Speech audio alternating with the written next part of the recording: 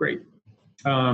So we have the recording started here. So I'm gonna kick this off so we stay on time. I know people tend to log on within the first few minutes, and if you miss my talking, you can always rewind the video and see a little bit of the things that I said. But welcome to our second of a three-part webinar series on data and technology. Today, Exponent Partners will help you think about a whole organization approach on data.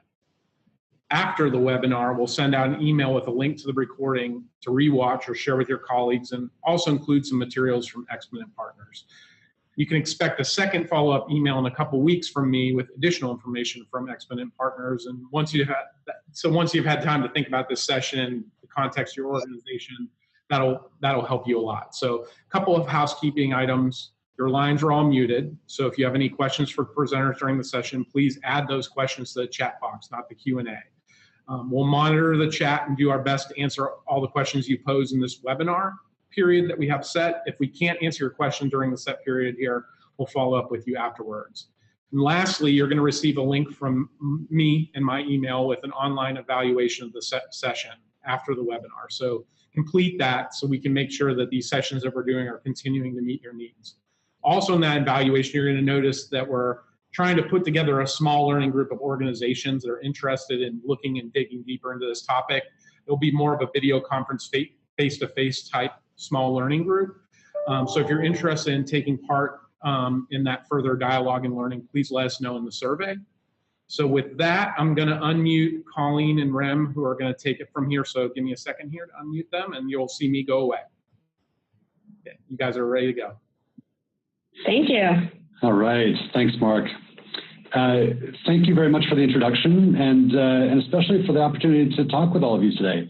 As Mark mentioned, so my name is Rem Hoffman. I'm the founder and the CEO of Exponent Partners, and we're a social venture in San Francisco, a B corporation, and one of the very first California benefit corporations, which is basically a social venture model.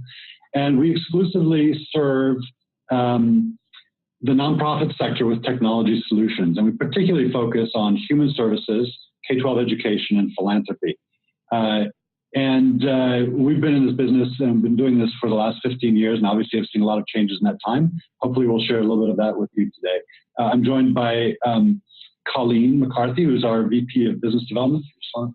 Hi, everyone. I'm Colleen McCarthy, as Rem said, and I'm going to be presenting a few slides today. I've had a long history in the nonprofit sector and working in both program and technology. So you'll hear from me more. What we're going to do, we wanted you to be able to see the faces behind the voices for a few minutes, but we're going to take ourselves off video and share our slides to get started. So I'm going to do that right now, and then Rem will take it from there.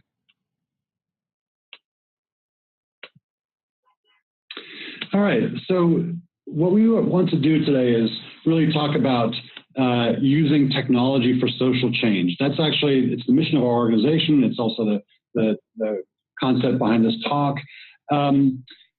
What we as a social venture do, and what we, in acting as a social venture, we also have a theory of change. And there are three critical outcomes that we look to work with our clients and nonprofit organizations. And those are that organizations have the capacity to plan their use of data and systems well, that they have the ability to manage and use data well towards measurable and demonstrable outcomes, and that they have whole organization information systems that they need to succeed in their missions. So that's the approach that we take, and the vantage point that we come from. So this whole conversation, we'd like to focus on technology, not for technology's sake, but for the sake of moving our entire sector forward, so that all of our participants can actively manage and measure and demonstrate outcomes and impact. So practically, though, that means that this conversation is aimed at kind of the leaders of social change organizations. It's strategy focused in nature. We also don't want to kind of ignore the nuts and bolts of the technologies themselves and all those things. Hopefully we'll have lots of time in the Q&A to deal with very pragmatic questions, actually questions of all types, as you come up with them during the session. All right, so let's dive right in. And so what I want to do is first I want to do a couple of things. First, I want to set the context of this work. Then I want to talk a little bit about some of the constructs and some of the ways the knowledge that we bring to bear and the way that we think about information systems in the nonprofit sector. And then finally, we want to give you a pretty pragmatic way of assessing where you are today and starting to think about how to get from today's situation to an ability to meet all of those capabilities that we just talked about, right? So the ability to plan, to use data, and to build the information systems to support your work. So I want to start at the very highest level, just to set the context of why we're doing this and what informs our thinking. It's important to understand, and I think all of you do, right? If you run a nonprofit, you understand that we all operate as part of really a highly complex system of social service, right? Or a system of social care, whether we are working in foster care or mental health or homelessness or prisoner reentry, workforce development, all of these are systems of social service because they have many different participants and many different clients, all focused on working together to achieve client outcomes. And it really, many types of nonprofits, whether it's a single program organization or a large a community-based organization or a national replication of a program, even collaboratives, they all need to be capable of engaging with these systems of social service in order to achieve client outcomes, community outcomes, social impact. The reason I mention this, and a good analogy here is, if we think about our U.S. healthcare system, it is a system of care, a national system of care. It's a $3 trillion system of care that covers doctors and hospitals and drug companies and insurance companies and care networks and and of course, all aimed at providing good health outcomes for patients, right? And the reason I bring up that example is because it illustrates the systems of care that we operate in, but also some of the challenges that we in the nonprofit sector face. So if you think about the healthcare system, over the last decade, we have spent hundreds of billions, if not trillions of dollars in building the infrastructure for information technology to support that system of care, right? So between ARA and HIPAA legislation and, for instance, there's an organization called the Office of the National Coordinator of Health IT, and they spend billions and billions of dollars driving technology standards and integration and all those kinds of things across that whole system of care. Those are all things and investments that in the nonprofit sector are really not happening. And so that's one of the big challenges at a macro level that we as organizations face. It is true that, for instance, there are standards, for instance, in HMIS is being pushed by HUD, and there are those kinds of things that are happening, but they're not supporting us at an integrated level across all of the nonprofit organizations and all of the systems of care that make up the nonprofit sector. So that kind of investment, at least today, is probably not in the offing, but so what we have to do is we also have to think as organizations, how do we participate in those systems of care? And information technology plays a huge part of that. So what I'd like to do is, just talk for a second about, that gives us the 50,000-foot view, if you will. We all have to be active participants in these systems of care, but often our information technology kind of holds us back from doing that. So that's the high-level view. Let's go down and look at the other piece of context, which is kind of really at the organizational level. So one of the things that we've probably done on the order of, in excess of 1,000 client engagements with all types of nonprofit organizations. And a pretty consistent theme is that we see very highly fragmented data and systems, right?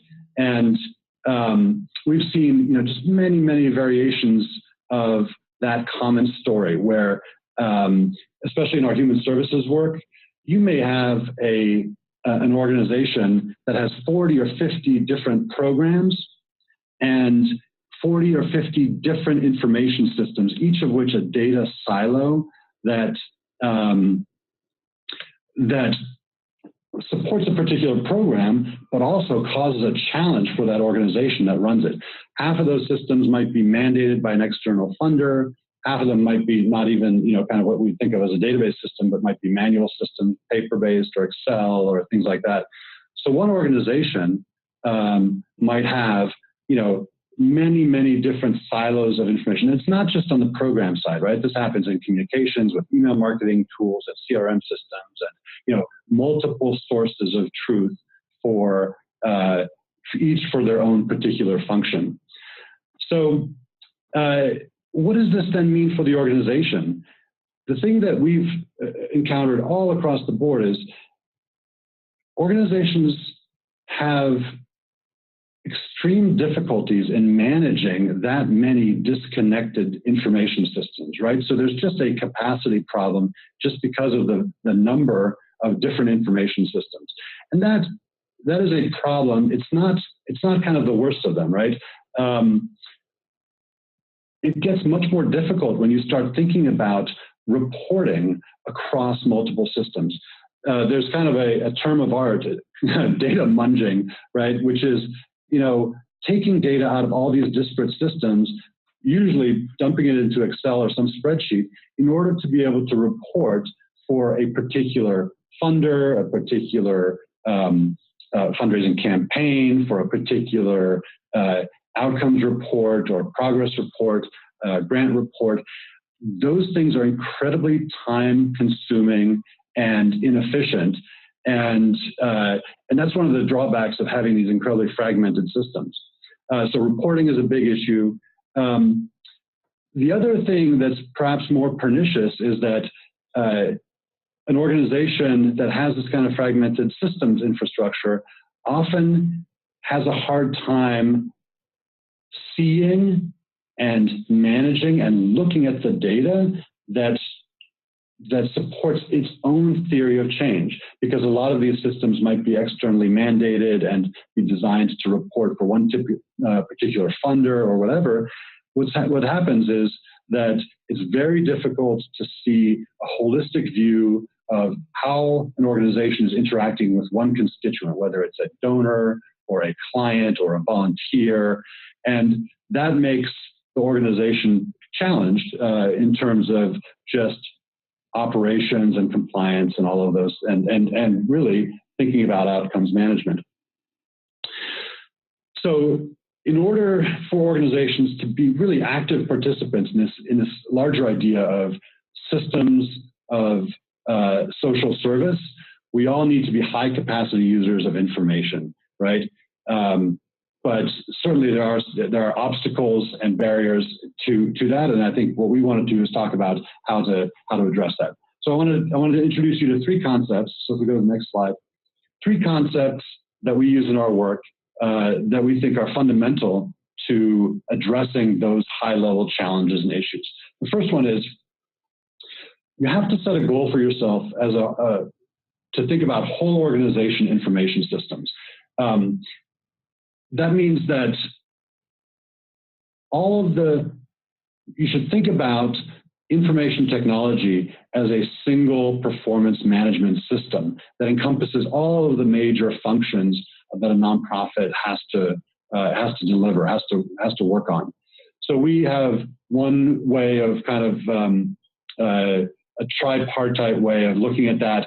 In the center, we have their mission management. So this might be all of the program management information and applications that you use to support the actual delivery, the actual programming work that you do as an organization. So this might include case management, outcomes management, program management systems, et cetera.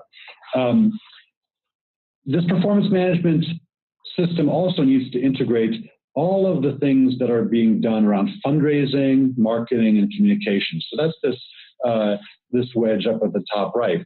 So donor management, email communications, all of event management, all of those are ways that you engage with a particular type of participant, and they need to be part of a collective or an integrated information system.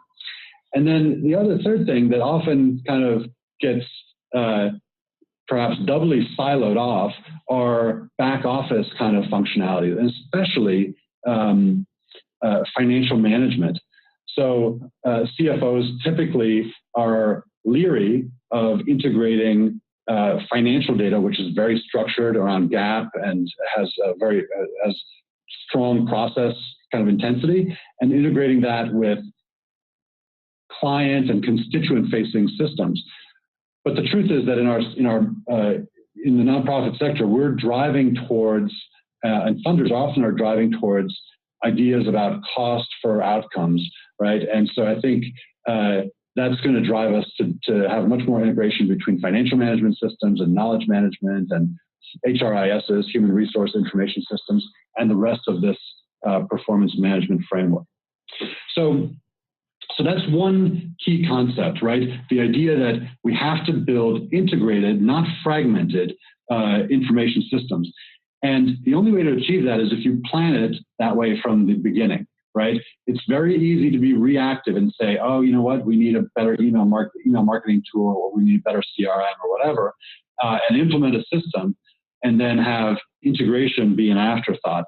And that is, I would say, the dominant situation that we encounter. So it's hard work to think about planning for the long term and planning for this kind of an integrated system, but that's the way that we build this capacity. So let me talk about the second construct then, which is really the construct of the levels of which data is used and the level of capacity that goes with that. There are three tiers, if you will, of how data gets commonly used. And the first, and they build upon each other, right? Because each of these implies capabilities and skills, and as well as technologies to make this happen. So data tracking and collection, this is really all about being compliant.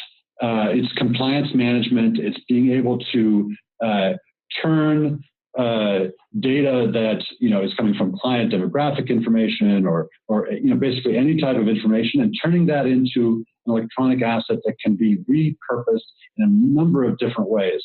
But often this is where most of our clients start. It's the idea that I have a funder report, I have a grant report, I have an outcomes report that I need to generate in this particular format for this particular organization. Build us a system to support that. Building the systems here is all about enabling efficiency and effectiveness and capturing data and putting it into a reusable form, and which really starts it on its journey of data turning into information and then turning into knowledge and being useful to the organization. So this is a very critical, basic, foundational stage, and that enables then the next stage, which is all about performance management. At this point, you're starting to use that data that you're using in your transactional systems and starting to use that for improving the performance over time, continuous improvement of your organization. And it implies that you're going to be thinking at this level about really, about continuous improvement, of course, but really thinking about defining indicators, understanding which key indicators demonstrate success and performance in your organization, and monitoring and managing and tracking and continuously evolving and experimenting to improve how you deliver those. So at this point, you're starting to think about scorecards, you're starting to think about indicator frameworks, and building the capacity to really manage that on a day-to-day basis. The tools, the systems are a small part of this, right? The capacities, the organizational and personal capacities and skills that go with that are, of course, as important or more important than the tools themselves. And so the cadence of an organization, how it uses data in standing meetings, in in communicating amongst teams, and all of those kinds of things is incredibly important at this level. The next level, where we as an organization and as a sector, I think we're trying to go to is outcomes management.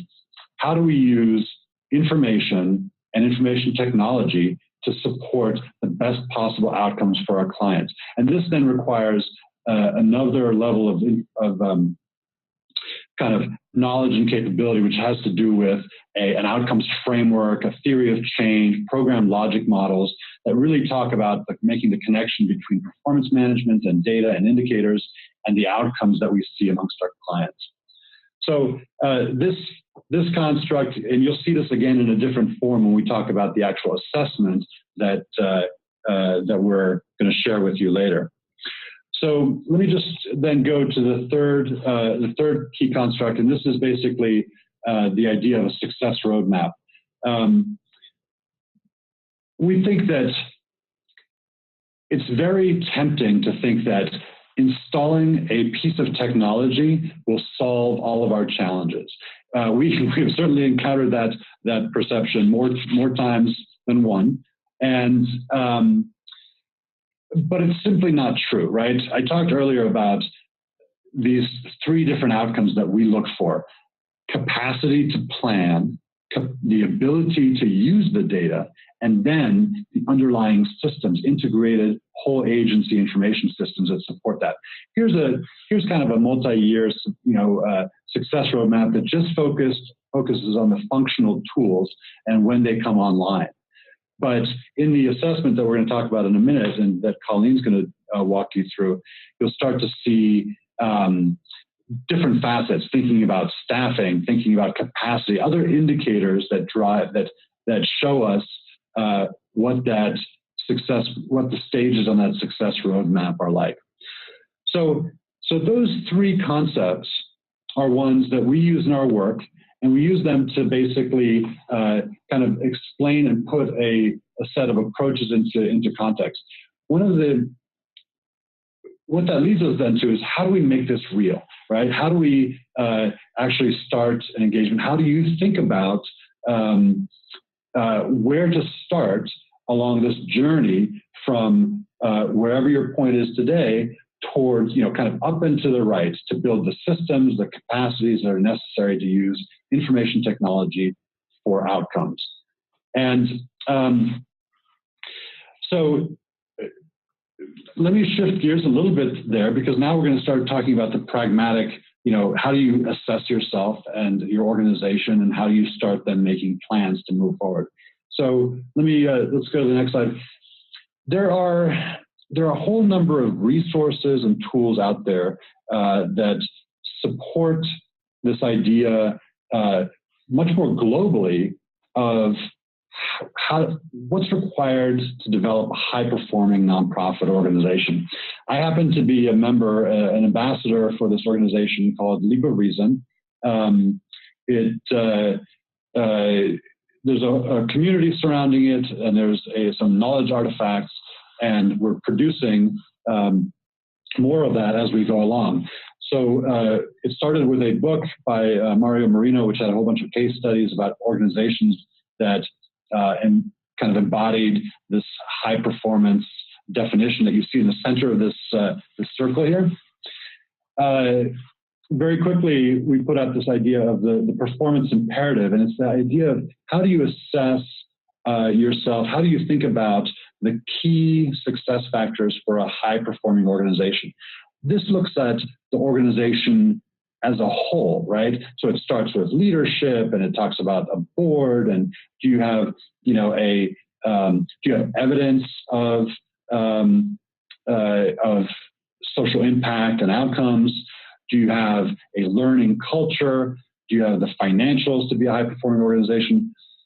One thing, buried in there under pillar number 6 is internal monitoring for continuous improvement. This is really where information technology to support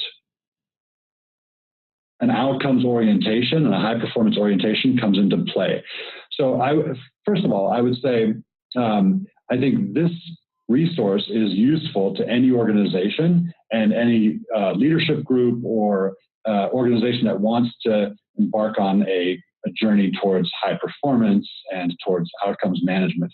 So I would definitely recommend this. There's a website. There's also an assessment tool, which is in kind of beta form right now, inelegantly named the PIOSA, P-I-O-S-A, which really kind of helps organizations assess themselves on these 7 pillars. So what we've done in our work, we're not organizational development consultants. We're not focused on financial management and advising CFOs. We're focused on that pillar 6. So we've built an assessment tool that's more focused on our work. And so let me just quickly introduce that, and then I'll let Colleen talk a little bit about the details. Hopefully then what we can do is we can jump into Q&A, and we can talk perhaps more about practical application. So you've seen, this idea of the levels of use of data within an organization. What we also want to do is marry that with this idea of the outcomes that we see, the capacity to plan, the capacity to use data and systems, and the integrated systems themselves. And so what we have is an assessment that looks at and asks some questions of indicators that we've found that are that point to an organization's capacity at each of these levels. And so I think with that, I'll say one more thing about that. I have to just reiterate this idea that information technology itself is not the solution. These are tools, and how you implement them and how you use them and how you build the organizational capacity to support them is what really makes the difference, right?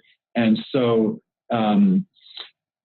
there are certainly times when we meet organizations that might be highly developed in their thinking around a theory of change or an outcomes framework, but they don't have the underlying capacity to do data tracking well and performance management well, and therefore the exercises and the tooling that gets implemented for outcomes management often is either not successful or just as labor intensive as the original spreadsheets and manual systems.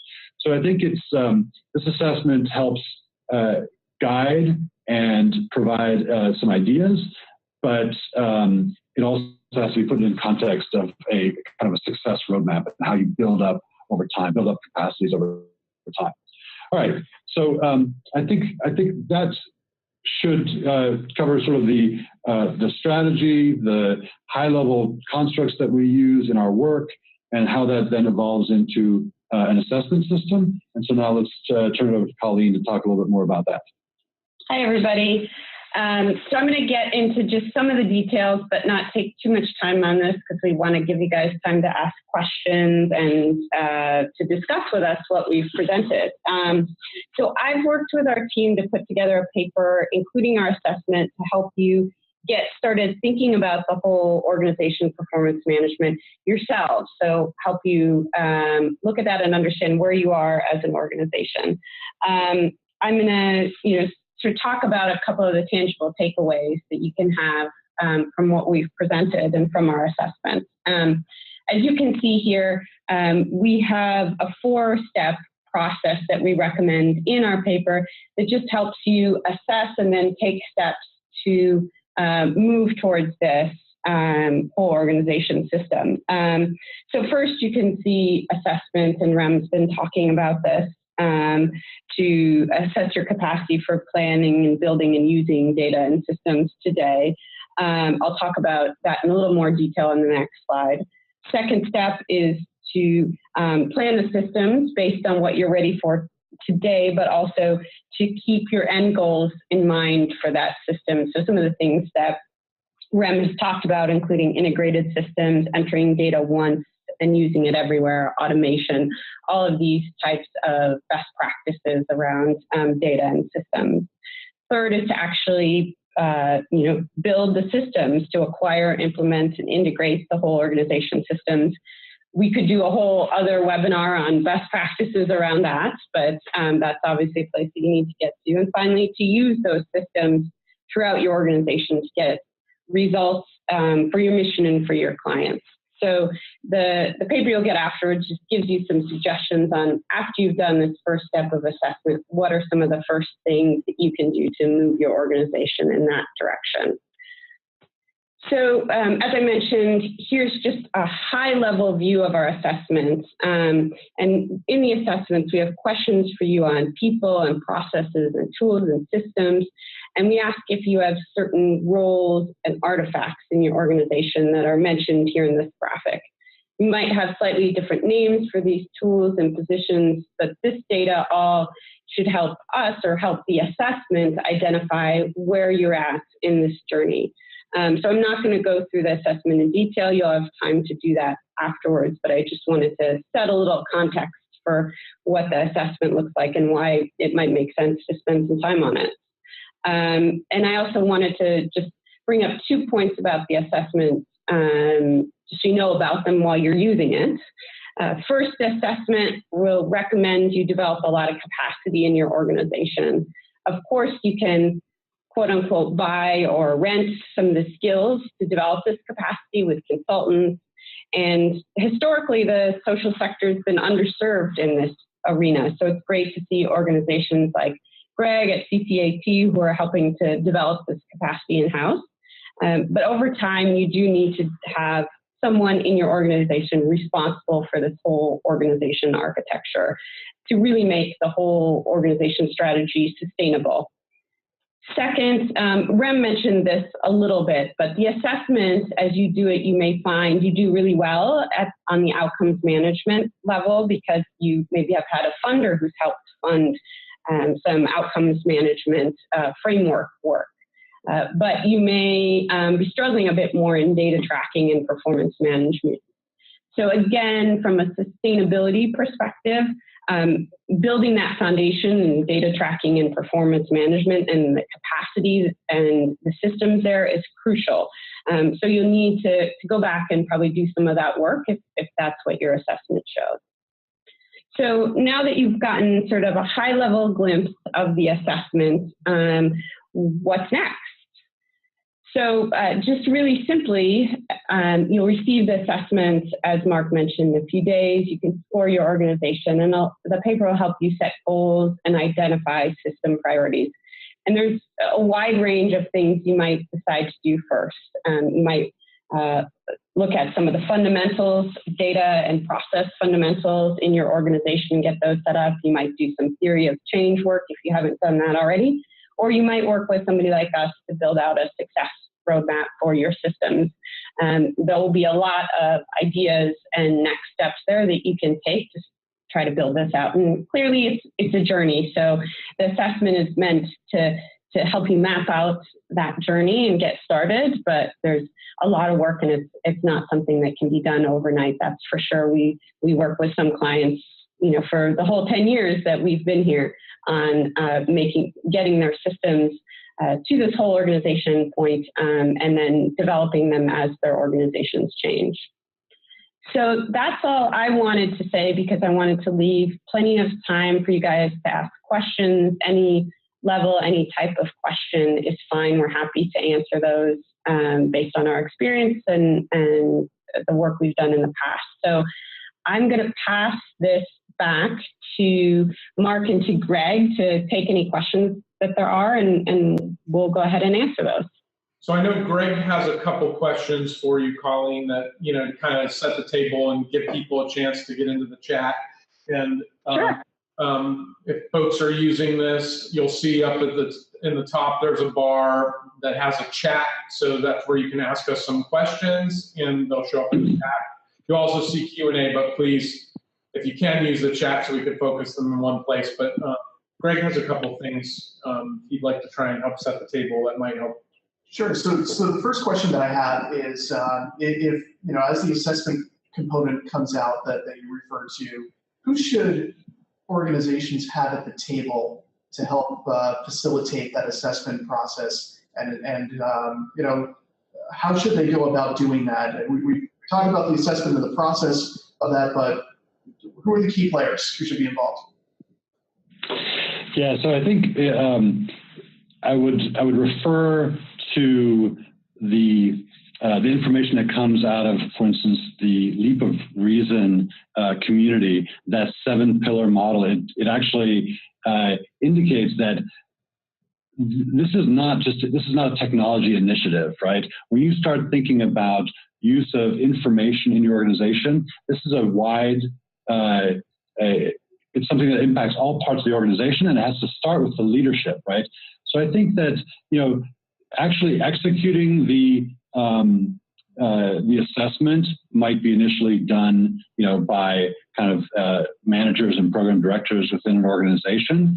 But I think in terms of this sort of an initiative of thinking about building whole agency, whole organization performance management systems, this has to have a champion at the very top of in the executive suite of an organization, because it's a very fundamental way that you shift an organization's method of working. And so it is very, very strategic from that perspective. So, and you'll notice that, in some of the indicators, as we've done a lot of projects, I mentioned a couple of times that there's an inclination to think very kind of linearly about, I need to report, I need an information system or a database, and then I'll solve that problem. But I think that the cultural change within an organization to become an organization that uses information well is a very different thing. And so, simply having kind of a system administrator or a director of IT drive this kind of an initiative is probably not sufficient for the kind of organization-wide and cultural change that we're talking about. Okay. Hey, listen, we're starting to see some questions come in. Yeah, I think Cynthia's, I know it's out of order, but Cynthia's kind of builds on that. So let's start with that one. Sure. Can you see Cynthia's question there? So Yeah, we've got it. So let's read it real fast. Do you have recommendations on how an agency can persuade leadership to champion IT? I think that's a great question, right? As a leader of an organization, I also I have this done to me as well, right? So, but I think the important thing is, first of all, IT has to be put in context, right? Because at the end of the day, IT is about the kind of the stages that we talked about, but in its highest form, it is helping us deliver strong outcomes to our clients. So it's core to the mission of the organization. The way to do that, I think, is to support leaders with information around how data and information and knowledge turns into outcomes and how you integrate those things. So I would say that the resources, for instance, that the Leap of Reason Ambassadors community put out, I think helps that, right? It basically puts that into a holistic view of how a high-performing organization works and how leadership and board governance and finance and IT all kind of interoperate. So I think that would be a place that I would start, is educate, provide some frameworks, and provide kind of case studies to support that idea. Yeah, and we had a client, One Acre Fund, who actually wrote a blog post with us on just giving her experience convincing her organization's leadership to invest in IT. So we can definitely share that too, just as a specific case study written from the perspective of an organization that might help get you some ideas. So, this is a good question, because I think it kind of, you've touched on this a lot, Rem, but, so this is one of our theater groups that's ineligible. They actually own the theater too, and they're talking about that they're in the middle of assessing all-in-one software that does a lot of what you touched on, except it doesn't eliminate the need for true accounting software. So it tracks the ticket sales, pledges, and gifts, but not the expenses. So I think I know your answer to this, but how important would it be to look at something that includes those missing pieces? Yeah, so that is that's a good question, and this is kind of this is the question that illustrates this idea of fragmented. Sorry about the San Francisco Police Department or fire department noise. Got sirens in the background.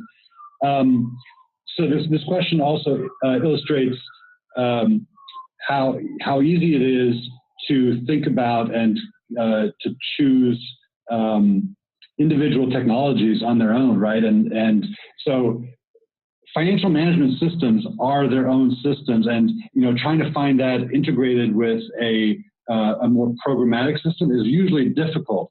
But I think, or if not impossible, right? And what you end up doing is you end up kind of not getting sort of the best of either. But what you do have to do is you have to think about how does that information that's resident in those two systems, if you end up with two systems, how does that integrate? And you got to think about that before you buy either one of those, right? Because every single system out there has some limitations, has some kind of pre-assumptions about how it gets used.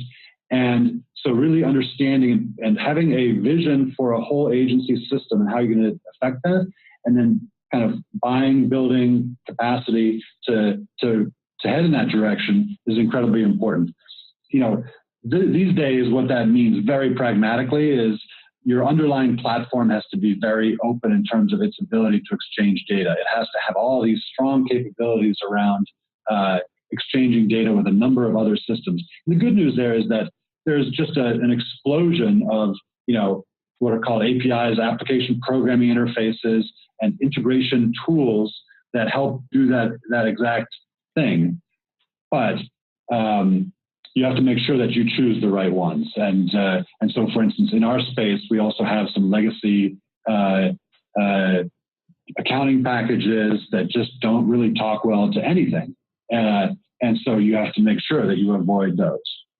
And I'd say probably even legacy all-in-one solution. So just to build off that idea there, so, there's a lot of platforms that are using Salesforce as sort of their background, right? So, and that's, as you know, what Rem's referring to as a very open system, because it's made to integrate well with a lot of things. But when you say legacy systems, companies like Blackbaud come to mind for me as systems that, and maybe I'm wrong, maybe they're coming further along the continuum, but in past experience, they tend to be very closed systems, and it's hard to integrate those. And so you have to be very careful when you're making those kinds of decisions.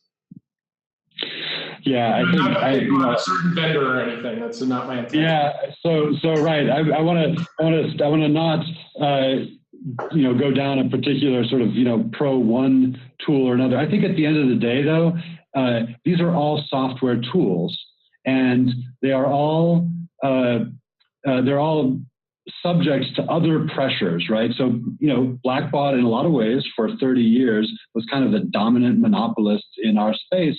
And they, they didn't have a lot of pressure to open up. Some of the tools that are being built for the commercial sector today have different kinds of pressures to be more open, to be more standards-based, and all those kinds of things. So I think understanding and being able to evaluate not just the features and how an application does a particular piece of work, but also some of the underlying capabilities and perhaps even motivations of the people who own those firms is important. I think it's very, very challenging if you get into relationships with organizations that are, really owned by venture capitalists who want to kind of, and this is obviously a big issue here in San Francisco. We have a lot of companies that are starting up, being flipped to the next round of venture capitalists, and then being merged into some other organization. Those can lead to challenging relationships, right? And so you have to be, you have to go into those with eyes wide open. Yeah, and I think just at the core of it, our assessment talks to this a little bit. If choosing cloud solutions is important because they, in most cases have those APIs and things like that. So even within, the Blackbaud suites, the ones that they have that are cloud solutions are going to be a much better bet for you than, on-premise type things that most organizations are probably moving off of now. But, that's just a core way to sort of kind of get started thinking about which are the right solutions to consider. Yeah, and now we have a question from Amy here, which I'm not sure if she's asking it, meaning the whole process, how you outlined it, or if she's specifically saying from the assessment. So maybe she can clarify, but she's asking if Workday could be a possible program for that type of initiative that you're talking about. And so I don't know if she means that just in the context of like organizing the assessment part of things, or the whole kind of, 3-tier pie that you're. So Workday, I'm not sure if we're gonna get clarification from Amy kind of online, but I can take a stab at the question. So I think the way I would read that is, can you use Workday as a kind of a platform for a whole agency or a whole organization information system or performance management system? And so I think Workday probably fits into the more the kind of the back office, financial management, human resource information system kind of space, right? So I would say that it's probably not a whole agency solution in and of itself, but I think it can play an important part. I will say, just from my experience, for instance, our partner, Salesforce.org, just implemented Workday for their own organization for handling HRIS and financial management needs, and that's a very, very expensive piece of software. So we don't run into it a lot in all of our work with human services organizations and and philanthropies and K-12 education organizations. Definitely one of the more modern tools, totally cloud-based, that has come on the market. It's kind of like the replacement to what PeopleSoft used to offer, and now is owned by Oracle. So I think certainly can play a part. It's not the whole solution. You're probably not going to do program management on it. You're probably not going to, you might manage volunteers on it, but it's not the whole solution. Since it's cloud-based, it kind of goes back to what Colleen said. It probably has a lot of openness to work with other platforms, that they might need for those other pieces like performance and outcomes management. Definitely. That's right. And it's much more likely to have stronger APIs, meaning stronger ways to integrate with other systems, right? So, so from that perspective, just because it's been built more recently than kind of the legacy sort of, more, perhaps more closed systems, that's always very useful. Yeah. And then, we don't have any more questions yet from folks that are listening, and please use the chat and ask us any questions if you have them, but Greg's going to follow up with some other stuff as well. So with a whole organization strategy like this, one thing that comes to mind, and a lot of people would say, I need to keep my systems separate because of security considerations. I have HIPAA data, I have counseling data, I have education data that's subject to FERPA. How do we take that into consideration when we're building out something that takes into account program, volunteers, my finance system? How do we do that? Yeah, so that's a great question. And you're talking about in the scenario where you have, for instance, multiple programs that each have their own kind of PHI sort of regime, right? So FERPA versus HIPAA. So one thing I will say is that in many situations, we're starting to see those kind of systems of service overlap, right? So if you think about community schools where, or 21st century learning funded organizations, often they will be subject to both HIPAA and FERPA, right? And because they'll be pulling together information about one student, and some of it is the K-12 education data, and some of it is the all of the other kind of social supports data and programs that they can be enrolled in, after school programs, health services, all those kinds of things. So you need to be able to deal with all of those in a lot of different kind of combinations. So I think that at the end of the day, the underlying platform and tools that you select has to be able to have really stringent access controls and configurable access controls, right? You have to be able to have the concepts of roles and permission sets and all of those things that you can configure it so that you can basically replicate whatever your data sharing agreements are. All of the, in many of those situations, you have some sort of a data sharing agreement, either across programs or there's just, or you're just not allowed to share data. But your system, your platform has to be able to control that and do so securely. I think we're seeing, a lot of awareness of that, and we're also seeing a lot of tooling to support that, and also, I think you'll see a number of certification systems in the industry that basically look at certifying software and technology to be HIPAA, not HIPAA compliant, right? That doesn't entirely exist, but supportive of HIPAA regulations and of FERPA and things like that. Then the other thing is that as you move, usually you need the most access and the most PHI in the transactional system that you're using to manage a program. As you get higher in that hierarchy of continuous improvement and of kind of outcomes management, what you also want to do is you want to build in the concepts of de-identifying data so that you can still use the information that is useful for outcomes or for continuous improvement, but without having access to the underlying PHI, the personal health information that is really the subject of all of those regulations. So it's technology capability, it's user sharing, or it's data sharing agreements, understanding those well, and then it's basically building in the right kind of de-identification kind of processes within your systems so that you don't expose PHI data to people who don't need to have it access to or are prohibited from having access to that. I think that's one of the things when you start mixing some of the program data in with the back office data in this particular concept, that you just really help to allay some fears of people that are saying, I can't put this in one system because I need those to be separated. That it proves the point that you can do it.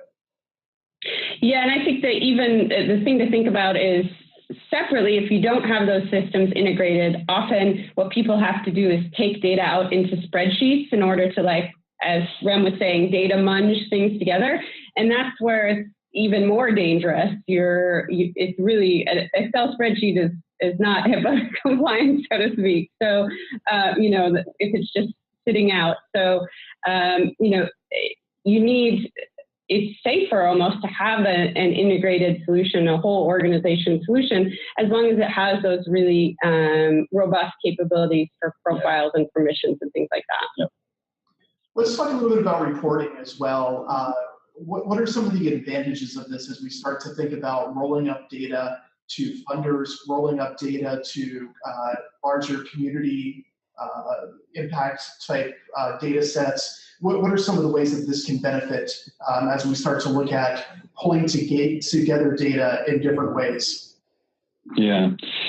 Well, so I will say that one thing that I think should be fundamental to everyone's use of data, strategic use of data, and turning data into information and knowledge and making it really useful towards outcomes management is you have to strive towards entering data once, really at as close to the participant as possible, right? So as you're doing the work, the data should be created in your system. And then in an ideal world, it is never recreated again. Now, that is not the reality of systems today, right? We see tons of situations where a mandated ETO system is sitting next to an internal Salesforce system, and a poor case manager has to basically, fat finger it in both places, right? So basically type it in two different systems. That's kind of what you're trying to get away from. So I think that should be a core organizing principle. Data in once, reused many times. Now, that reused many times kind of flows up this value chain, right? So when you're in a transactional system, a case management system, a grants management system, a fundraising system, you're creating this data and you're using it to do your job more efficiently or whatever. As that data gets aggregated across many donors, many clients, many programs, all those things, it becomes valuable to the organization and to your organization's theory of change and to your continuous improvement. So you want to be able to have the tools that allow you to seamlessly kind of move up that value chain. And so usually, and that is one of the core reasons for this whole kind of this concept of a whole organization information structure, right? Because you cannot do that if you end up with silos all over your organization. If that's the case, you're always going to end up with export data from one system, try to match it up with data exports from another system, and fit those together and do all those kinds of things. There's a whole set of tooling that that is part of your whole organization information system as you grow. Initially, it's mostly transactional systems that can talk to each other and share data. But as you go up and have go beyond sort of reporting and start thinking about more like a data warehouse and doing more data visualization, then that aggregation of data becomes much more important, right? Because you've got to be able to visualize data in context from different data sources. Let's talk for a second about automation. What are some of the opportunities for data automation and automated workflows that come out of a system like this?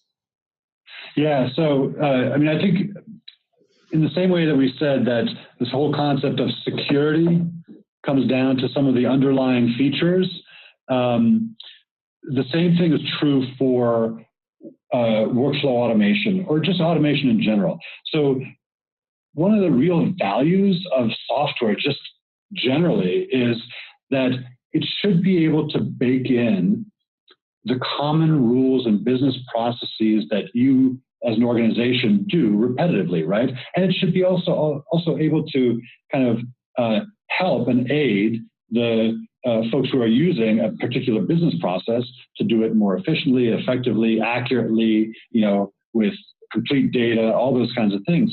And so you need some really core functionality and features to do that.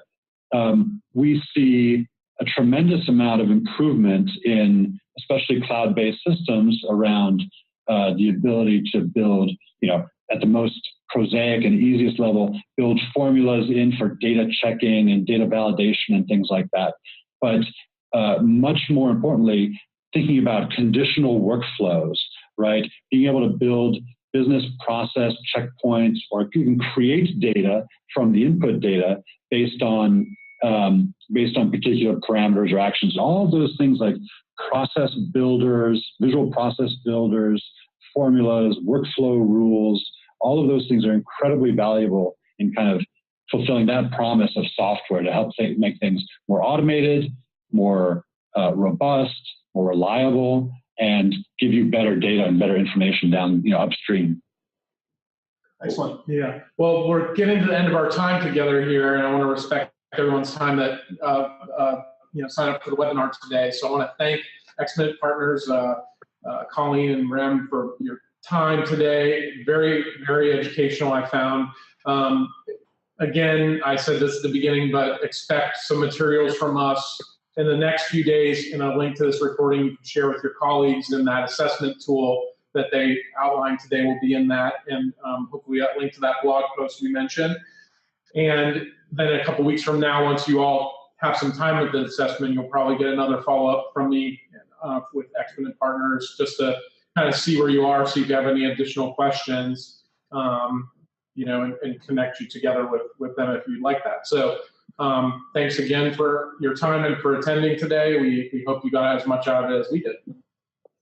Great. Thank you so much. Thanks, everybody. Thank you. Bye.